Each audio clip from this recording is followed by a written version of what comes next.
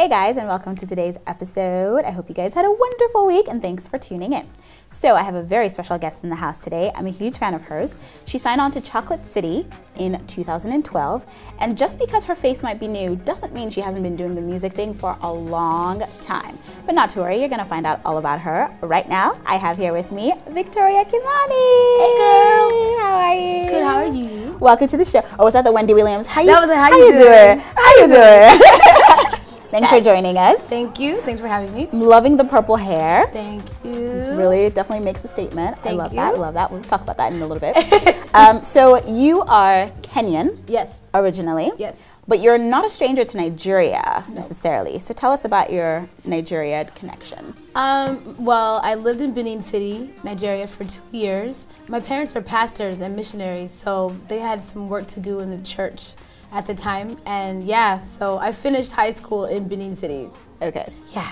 And then you went to LA. You were in Los Angeles for a little bit. Yep, I was in Los Angeles, but I've lived all over the place, like Atlanta, New York, just like pretty much wherever the music would take me. And you know, pretty much in the States, those are like the three main places when it comes to music. So. Okay. Yeah. And so you're back, but you live in Kenya right yes, now. I live in Kenya. But you kind of come to Nigeria every so often because you're signed on to Chocolate City, Kenya. Yeah.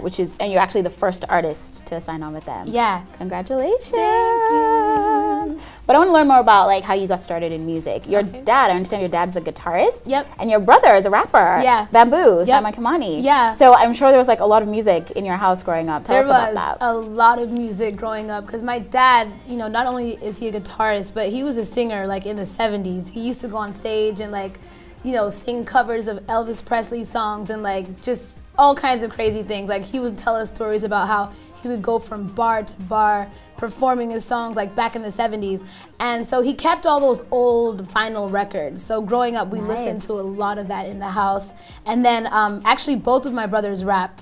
One is Bamboo and the other, his name is Kimya. And so it was full of music, just growing up hip hop, blues, gospel music, because they're pastors too. So it was crazy. It was full of music. Did you guys ever have like sing-offs at your house or like jam sessions? Yeah, we had a lot of jam sessions.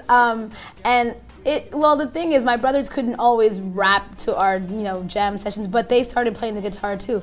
So we would have like 3 guitars going on, my dad and both of my brothers, and then my dad would sing and I'd sing, and we would just like, especially while we were in Benin, because like, you know, like if the light would go off or something like that, like we would, hey, let's have a jam session. We don't need electricity to play the guitar. So that's how we used to pass our time. Nice. Do you play any instruments? I don't. And I tried so hard, but my nails kept breaking. I was like, nah, this guitar is not for me. Let me just stick to singing. Okay. So why did you decide to go out to Los Angeles? Well, I was actually born in Los Angeles, so it's always been a second home for me. But when I went back there after living in Atlanta, it was because I got signed. I was in a duo called Club Embassy, and we were signed to Los Angeles Laker Ron Artest. And he was basically investing in our project. It was kind of weird because he's an athlete and he doesn't really know what he's doing, like in music. So it was crazy, like to say the least. But we lived in LA for 2 years as signed artists, and it was awesome because all we had to do was just write, because we were also songwriters and writing for other artists, and then just work on our own music. Okay. So yeah, it was really, really cool actually. Chopsticks. So you mentioned you had 2 brothers, so you're the only girl? Yep. Were you spoiled? Were you a spoiled brat? Not at all. Really? No, they tortured me. They tortured me like from, oh my God, probably from birth. Like they used to tickle me, they used to hold me down, and they're stronger than me. And they used to tickle me for hours until I cried. It was horrible. But no, to be honest, I wasn't. I think I always knew that I had big brothers, so if anybody messed with me, I'd be like, he'll come beat you up. Like, so I knew, like, you know, nobody can mess with me, but I wasn't spoiled at all. You weren't the favorite because you were the only girl? No, I think if anything, they were extra hard on me, like, stop being a punk. Like, and I was like, dude, I'm a girl. Like, give me some time. Yeah, so. Okay.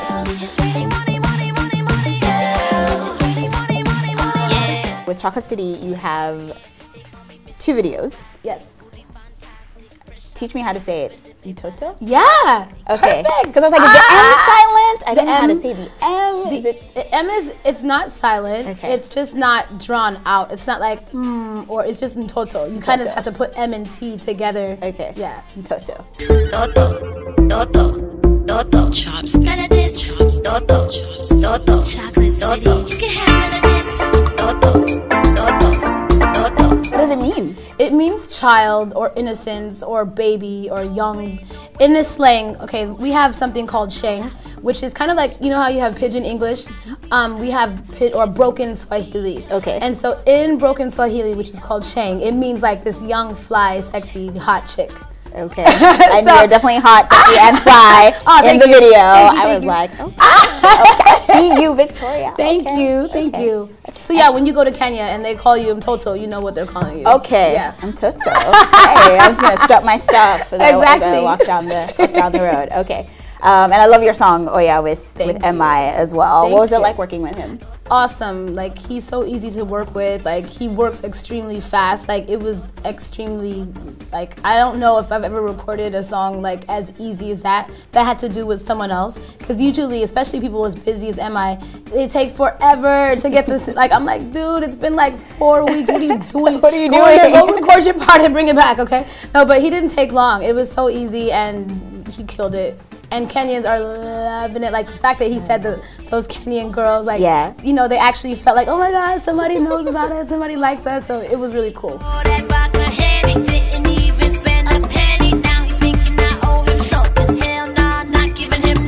I've never been to Kenya. I would love to go. You should definitely go. What are the coolest places to hang out, like in Kenya? If I came to Kenya, where would you take me? There are so many cool places to hang out in Kenya. Like, I don't even know where to begin. If you're just chilling, like, and you just want to get like coffee, like, I don't know about you, but I'm used to like coffee shops, like Starbucks. Yeah, so there's a place called Java, and it's open from early in the morning till like late in the evening. You can go there, you get like all kinds, like so many different varieties of coffee and cappuccino and smoothies and food and dessert, and it's just so cool because like there's free Wi-Fi. Another thing about Kenya, there's Wi-Fi everywhere. So like you could go to a gas station and there's Wi-Fi. And there's Wi-Fi and it's like, oh yeah, perfect, okay. Nice. So yeah, but that's one thing. Then every month we have these music festivals. There's something called the Mingle, and every single month it's like literally about 5,000 people come out, and normally it's the DJs that bring people together. Like, normally there's not even any artists performing, but so it's just full of ravers and people who like to have fun and like drink and like all kinds of things. So like chill. Just come and chill out in like true festival fashion. So you can come with your shorts, like very, very casual. It's not overly dressed up. Wow, carnivore. You have to go to carnivore. There's all different kinds of meat. I love meat. I love to eat meat. And they bring it out like just until you say stop, they keep bringing you different meat. Alligator, like ostrich. Wow. They used to have zebra, but they stopped. Thank God, because, you know, protect our animals. Endangered. Yeah, I know, right? But yeah, it's awesome. There's a bunch of, like, this is just the top couple that I can think of. Okay. How do Kenyan guys compare to Niger guys? Oh boy. The setup. They're very different. Okay. Very different. I don't know how to compare. I don't want to stereotype, because you can never really stereotype and say this group of people is like this and this group is like this. So no generalizations, but in your experience. Yeah, no generalizations. I will say that Nigerian guys are a bit more aggressive. In terms of? They know what they want. They'll come to you and say, hey, baby. Hey, how far? Or whatever they say, right? And like in Kenya, you know, I think they have this kind of shy approach. So, you know, you have to kind of have a mutual friend. I don't know too many that will just from nowhere, like, unless we're like all drunk or something. It's like, ah! But like normally, you don't always encounter a Kenyan guy just coming and just saying, hey, what's up?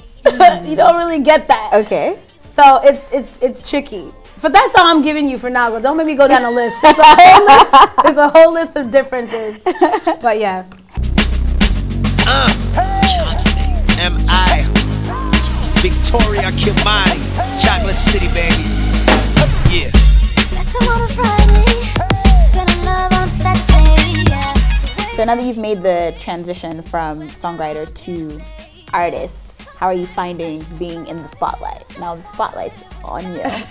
I mean, I expected it, but I didn't. I don't think there's anything that can really prepare you to be in the spotlight. Yeah. Because like we work really hard to create a song that we think people will like, but that doesn't really mean that everyone's gonna like it. So there's gonna be the people who come up and they're like, what is this? What did you put out? What is this crap? Yeah, like what in the world is this? And like I have this weird assumption that like everyone, I don't know, it's so weird. Like we kind of think that people know you or know your background or know your story. So like when I first put out my first single, Mtoto, I was like, okay, well, I mean, people know that I can sing. I put out other songs before, but I wasn't singing at all on Mtoto. And a lot of people were like, who is this girl? Stop music, stop. This is your career is over. You need to stop, go back to the drawing boards, go get a 9-to-5. And I'm like, yo, like, you guys don't know my story. Like, I'm actually dope. This is just something I did. There's so many different, and the problem is when you're a writer, you start, you know, dabbling in different genres of music, and then you can't really pick one. So that's kind of what happened to me, because I had to write country, I've written rock songs, I've written pop songs, like, so when it comes to writing stuff for myself as an artist, I start identifying with these different genres, and I'm like, I don't want to pick one, I want to do something like this. I want to do everything. Exactly, so it's been crazy though. You always make a statement with whatever you have on, whether it's a dress. Sometimes you look really girly, sometimes you have the whole tomboy swag going on. So where do you, how do you find your sense of style? I just wear whatever I feel, like literally. If I feel like a tomboy, I'm going to wear a snapback, sneakers, and sweatpants, and a t-shirt. It might not be a baggy t-shirt, it'll be like a little tight, cute t-shirt, but like, that's just, if I feel like that in that day, like that's what I'll wear. Or if I'm feeling like a businesswoman, like I'll wear, you know, something like this. Or it just depends. Like if I feel really sexy, then I'll wear something sexy. Or if I feel like I don't want all that attention today, then I'll just wear, like it doesn't, I don't really have like something set that like this is my exact style. I kind of just go for whatever I feel. So I heard in an interview you said your parents had an orphanage? Yes, they do. They still do? Yeah. Okay. So you grew up around a lot of kids, and or when did they actually have the? When did they start it? They started the orphanage after we left Benin City. We went back to Kenya, and that's when they started it. So at that time, I mean, I was old enough to just be on my own. So I was not like raised around them, but I was around them. I would always see them. They have 15 kids, and they always keep at least 15 kids, because like eventually some are gonna grow older and be ready for college. So when they send 1 or 2 off for college, 2 more will come in from the street. And man, it's amazing. Like, and every time I see them, they're like my little brothers and sisters, and it's just so cool. Eventually, I'd like to do the same thing, because I really don't think your work makes much sense if you're not giving back or trying to like help someone else's life besides yours. Thank you so much for watching, and I will see you guys next time. Bye!